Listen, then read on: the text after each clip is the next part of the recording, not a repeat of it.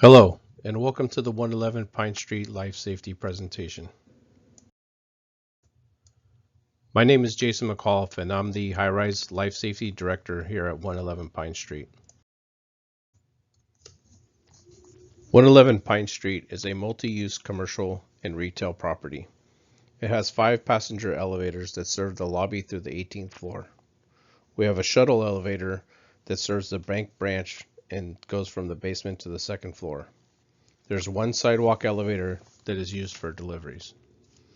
The building is equipped with 2 open smoke shafts in the stairwells. They're also called smoke-proof enclosures.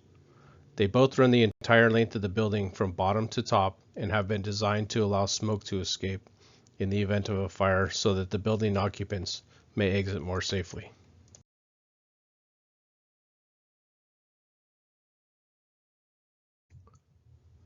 We will start today with the fire safety program. This includes tenant wardens, floor wardens, searchers, stairwell monitors, elevator monitors, and assistance for the disabled. The tenant warden has several responsibilities. Some of these responsibilities are to implement your firm's emergency procedures plan, update contact information for emergencies and communicate to the building management office, help to coordinate the life safety presentation that we're discussing today to the rest of your firm, know where the fire extinguishers, manual alarms, and exits are located and their use. The tenant warden should also report any hazards to building management for correcting. Please update and maintain your firm's emergency supplies. Wardens should be easily identified. The use of caps, hard hats, armbands, bright vests, and jackets are highly recommended. Floor wardens. Each floor should have an assigned tenant warden, someone who leads in your area of assignment. The floor wardens should exercise their authority during any emergency or drill. Floor wardens should guide all personnel to the emergency exit stairwells. Please listen to the fire alarm message and remind tenants of their relocation floor. Become familiar with all fire and emergency related equipment, including their locations. Be familiar with the floor and the area that you are responsible for, and assist others as needed. Searchers and searching. Some firms may incorporate searchers, otherwise it's the floor warden's responsibility. These responsibilities include checking areas such as offices, conference rooms, cubicles, storage and supply areas, server rooms, IT closets, and IDF rooms, break rooms, and restrooms. Stairwell monitors. Remind all personnel to follow the green or red illuminated exit signs on the ceilings. Please close all doors and do not lock them. If possible, mark all vacated rooms with a post-it note on the door and just below the doorknob level. This is for the fire department to identify the room that has been checked, because remember, smoke rises. Have a predetermined place to meet with the tenant warden or floor warden on your floor before relocating. Report to the tenant warden any names and locations of any personnel who refuse to relocate and/or those who may need special assistance. Stairwell exits. We have 2 stairwell exits. One is located at the west side of the building and is considered stair 1. The other is located at the east side of the building and is considered stairwell 2. Before entering the stairwell, is the stairwell safe to enter? Is there smoke? Is there heat? If the exit is unsafe, redirect personnel to the other stairwell. Exit into the stairwells in a single file manner. Stay to the right of the hallways and the stairwells. The fire department and engineering will be coming up the stairwell to investigate the cause of the alarm or to assess the emergency situation. These stairwells have been retrofitted with electrified locks that will unlock in the event of a fire alarm activation. Our emergency stairwell lighting has been updated to provide safe egress in case of emergency or power outage. Always remain calm and quiet. High heels and raised shoes should be removed. Remember to walk and never run. Do not push anyone because this can only increase the risk of spreading panic. And please always use the handrails.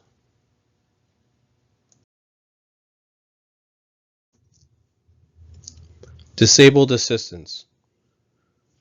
Please provide the building a list of all persons who may require assistance in the event of an emergency. This list is located and maintained at the fire control room on the first floor for the San Francisco Fire Department. The tenants must maintain this list and update it with current injuries and/or pregnancies as needed. Assist personnel who require assistance to the emergency exit stairwell. Wait outside the stairwell door for the fire department who will relocate personnel who need assistance. The building has installed a two-way intercom system. The new two-way intercom system was installed for trapped or injured personnel needing assistance in the lobby or the stairwells. Please press the red button and the intercom phone will ring in the main lobby. The phone will be answered by the lobby guard or the fire department. Indicate your floor and current situation so that assistance may be sent to your area. Next, we will be covering fire protection devices. Device activation. If a device detects fire or smoke, this will cause an automatic activation of the fire alarm. Strobe lights will flash and alarms will sound. This will be followed by an important announcement. Fire smoke doors in the hallways will release, close, and latch.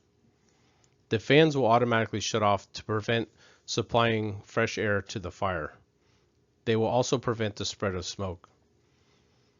Fire department will be notified and dispatched by our monitoring service, and the lobby guard will also be calling 911 to ensure the correct location.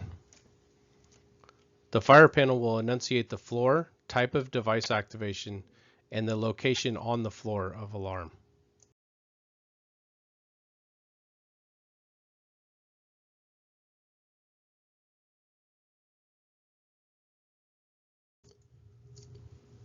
The first type of activation would be an automatic fire sprinkler.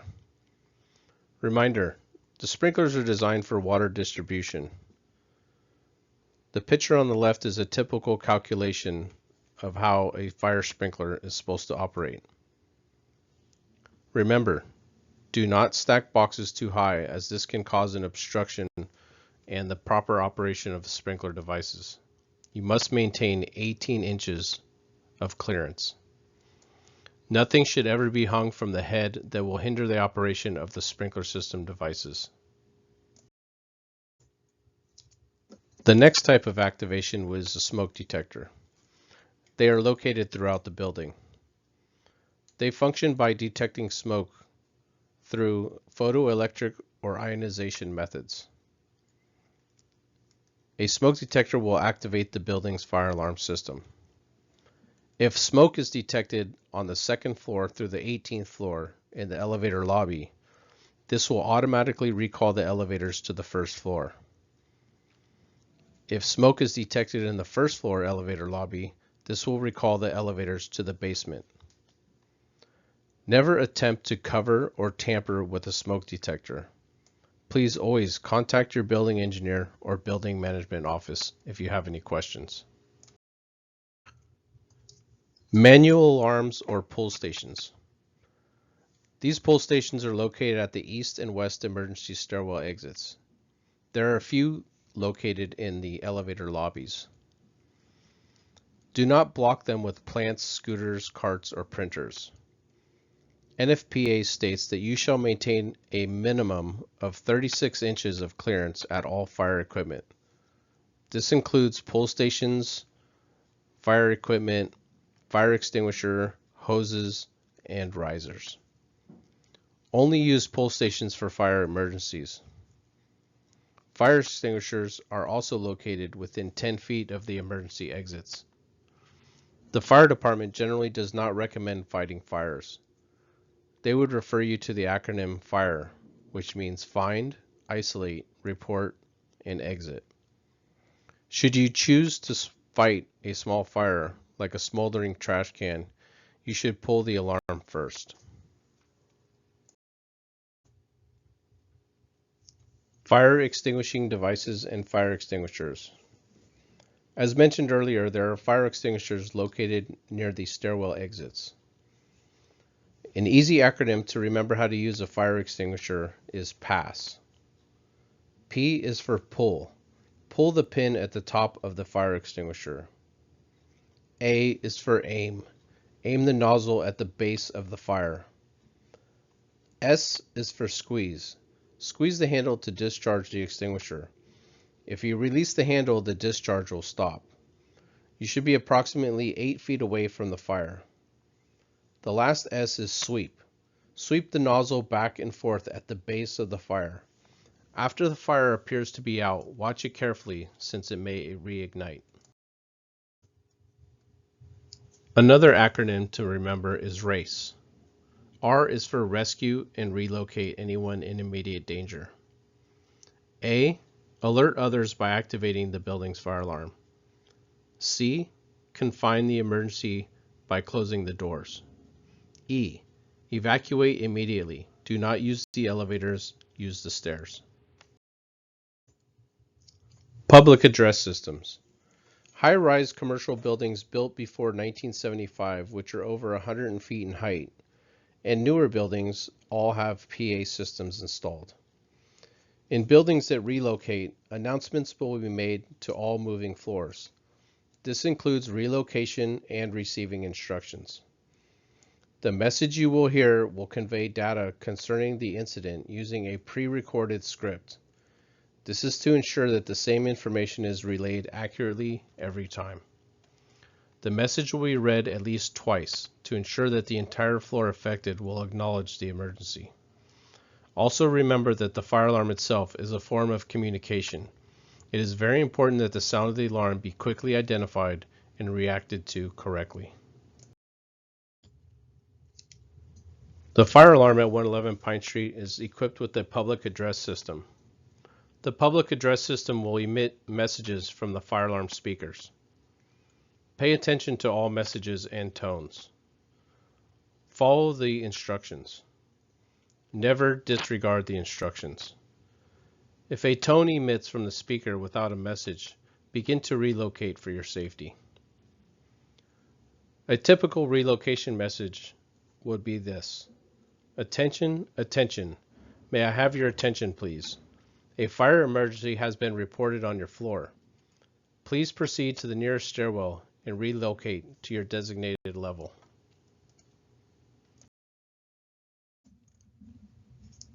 With the new fire alarm installed at 111 Pine Street, the city has issued a new relocation matrix.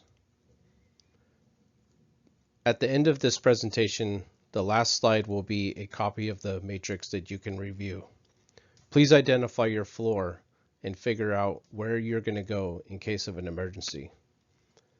Please notice the red block in the middle of the building. The city has designated that the 8th through the 11th floor are considered one floor due to the open stairwells.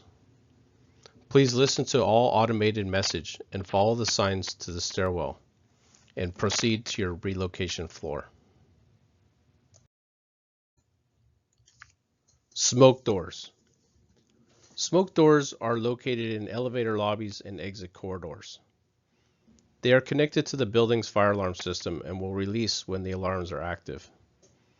They help to prevent smoke from traveling to other floors and is designed to create a safe path to the emergency exits. They will close and latch and generally do not lock.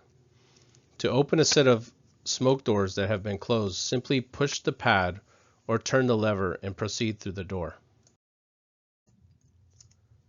Exiting from the elevator lobby during a fire alarm activation.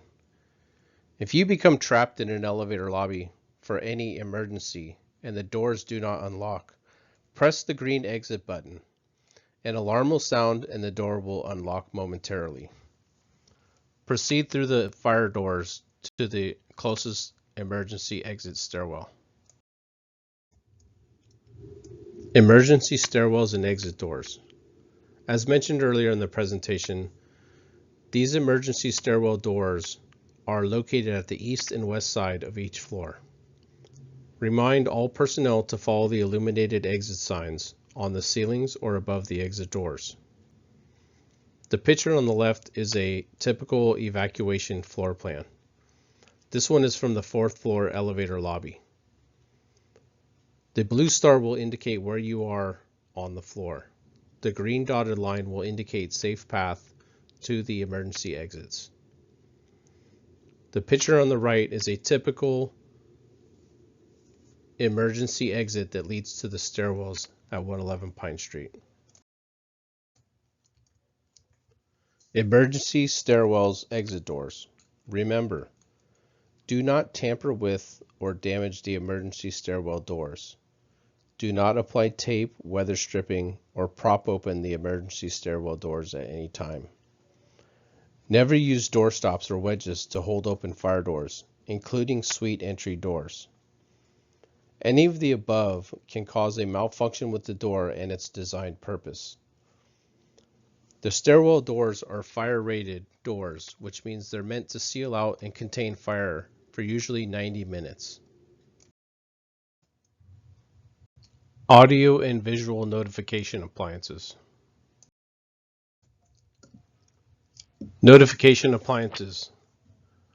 There are a few different types of notification appliances throughout the building. Some of them are speakers only, and some of them are strobes only. There's also combination speaker strobes. These are typical pictures that you'll see as you walk around the building. High-rise building relocation. Relocation. Relocation is a concept employed in high-rise buildings for moving those in the immediate area of the alarm or fire and relocating them away from the threat to allow firefighters access for initial assessment and attack. Typically, this is the fire floor, 1 above and 2 below. If a floor has a center open stairwell, they may be treated as one floor. Relocation is the first step of the process to allow the firefighters a chance to determine scope and magnitude of a fire. Further relocation or evacuation may be ordered by the fire department. Relocation is based upon a time factor. The NFPA estimates that a 50-story building fully occupied would take approximately 2 hours and 11 minutes to totally evacuate using only one stairwell. This is unacceptable, hence the creation of relocation.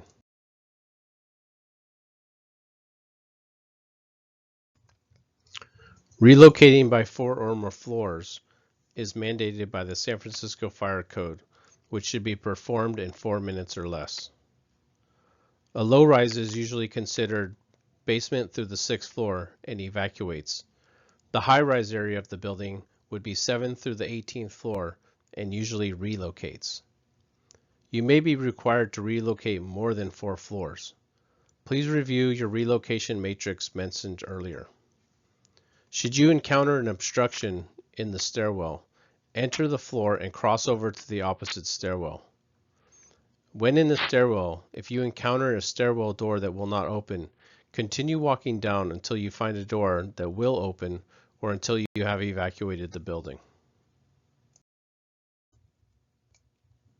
This is an example of the exit path to the street. As you continue through the stairwells, you will see the green and yellow lines exit out onto Front Street.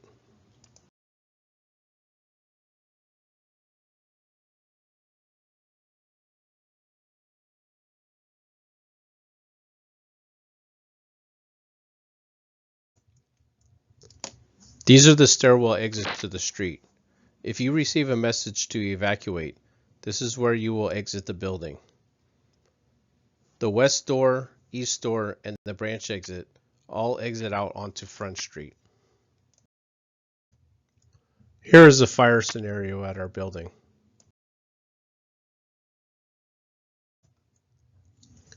As an example, say there's a fire on the 16th floor.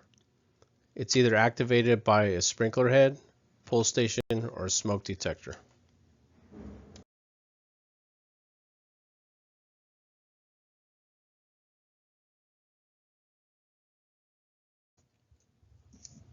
After the activation of the fire alarm on the 16th floor, the 17th floor above receives a message to go down to the 13th floor.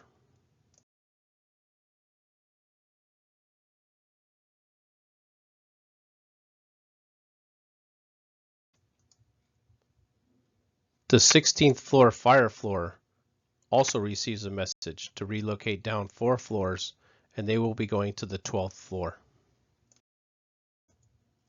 The 15th floor, 1 floor below the fire, receives a relocation message to go down to the 11th floor. During this building relocation process, the fire department has been dispatched and is on their way. Once the tenants have relocated 4 floors down, remember to keep the stairs clear. The fire department will be bringing up hoses and other equipment to extinguish the fire. On the floor below the fire, they will be hooking up hoses and running them up to the fire floor. 2 floors below, they will be staging other firefighters and equipment to attack the fire. In the lobby, street, or FCC room, there will be battalion chiefs coordinating to put out the fire and rescue anybody in danger. In case of alarm, always listen to the fire alarm announcement. This will be broadcast over the fire alarm system speakers for relocation or evacuation instructions. Do you know what floor you will relocate to?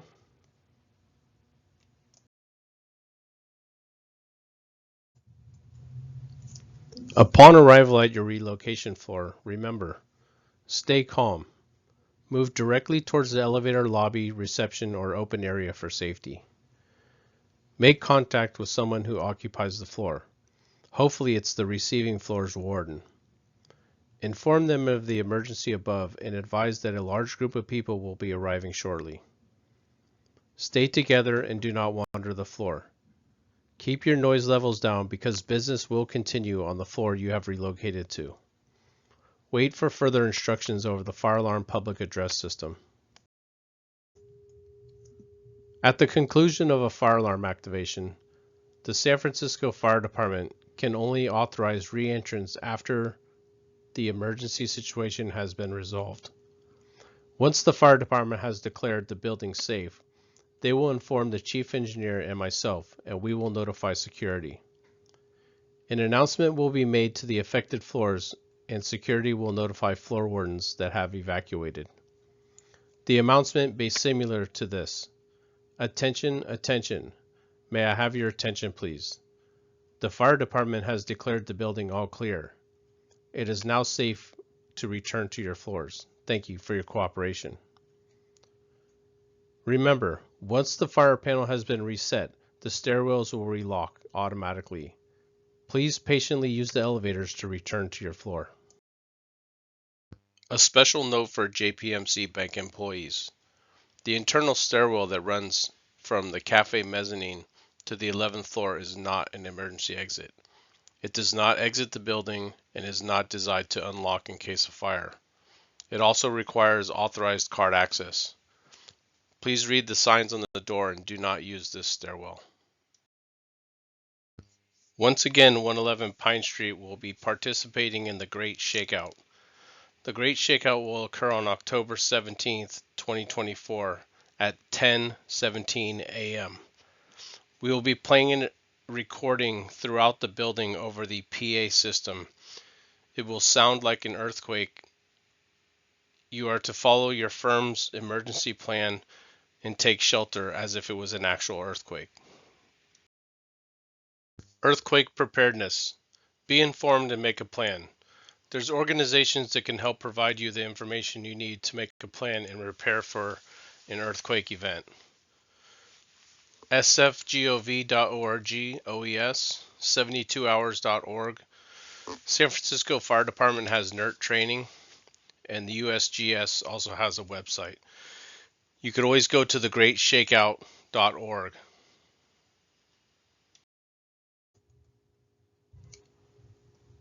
Be sure to store emergency supplies. Each office should have emergency supplies to last their firm a minimum of 72 hours. These will be supplies to support you after the initial event. Items should be stored and maintained in an accessible area. When the shaking starts, drop, duck or drop down to the floor. Cover. Take cover under a sturdy desk, table, or other furniture that is not likely to tip over. If that is not possible, seek cover against an interior wall and protect your head with your arms. Avoid dangerous spots near windows, hanging objects, mirrors, and tall furniture. Hold. If you take cover under a sturdy piece of furniture, hold onto it and be prepared to move with it. Hold the position until the ground stops shaking and it's safe to move. During an earthquake, do not stand in doorways. You are safer under a desk or table. What to do during an earthquake? Why stay in the building? There will be falling debris and concrete, bricks, glass windows. Most high-rise buildings in San Francisco are curtain wall buildings. The sides hang at the base of the building. There is always an aftershock risk. Public transportation, bridges, and highways may be shut down. You can shelter in place. You will have survival resources. A family will know where you are. This is a typical curtain wall installation. And this central Mexico picture is some of the debris that had fallen off the buildings onto the street below. Things to remember after the quake. Emergency service will be in high demand. Be ready to be without power, water, and phone service for at least 72 hours. Not everything goes according to plan. Make adjustments and improvise as needed. Stay alert and be aware of your surroundings. Beware of predators, hazards, and aftershocks. If indoors, stay there unless it's dangerous. Stay focused and as calm as possible. Decision making becomes easier and rational. What not to do during an earthquake. Use of electronic devices and computers. Your first thought should not to be record or live stream the event. You should not be recording on TikTok, Instagram, or Facebook. After the quake, check for injuries and damages. Close areas with significant damage or hazards. Gather people in a safe room or area. Place injured into another safe room or area. Use flashlights. Do not use matches because of possible gas leaks. Limit telephone use to a minimum. Stay alert and informed. Turn on your battery-operated radio or crank-powered radio to KNBR, KCBS, or KGO. Other emergencies. Medical emergencies. Remember, do not attempt to move the victim unless he or she is in a specific position where further injury could occur. First, call 911. Always err on the side of caution and contact emergency responders. Second, we ask you to please call lobby security so that our security staff and engineering department can assist the arriving medical personnel with locked doors and elevator access. Post someone from your firm by the elevator lobby to meet the arriving medical personnel and guide them to the person needing medical attention. In case of a bomb threat, keep the caller on the line if possible. Ask questions. Who, what, when, where, and why. Listen to background noises. Identifying characteristics. Call 911. Report anything suspicious to authorities immediately.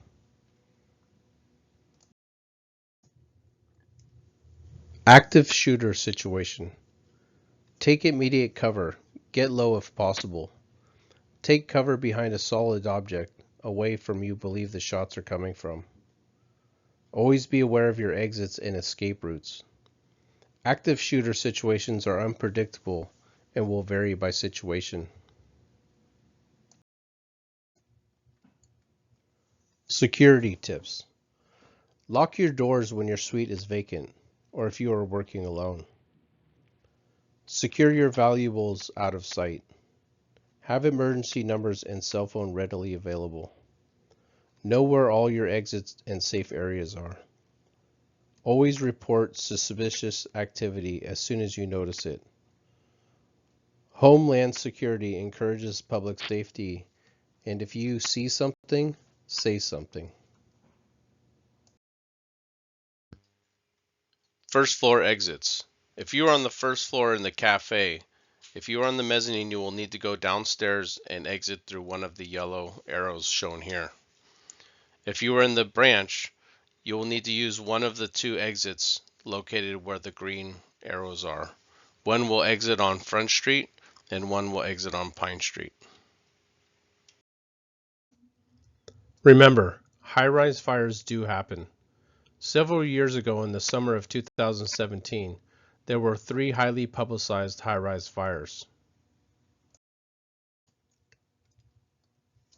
The Grenfell Tower in England was 24 stories high and 80 lives were lost. 70 people were injured. The Marco Polo building in Honolulu was 36 stories high. 3 lives were lost and 7 people were injured. The Torch Tower in Dubai, 79 floors. There were no injuries and no deaths.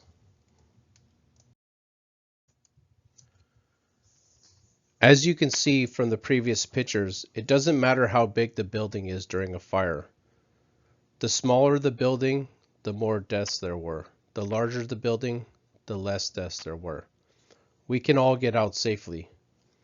Avoid injury by following directions and calmly relocating or evacuating. Thank you for your time and patience. Please save, rewatch, and review this presentation periodically. The next slide will show your floor and areas to relocate or evacuate. So please pause the next slide and review your floor and your relocate or evacuation area.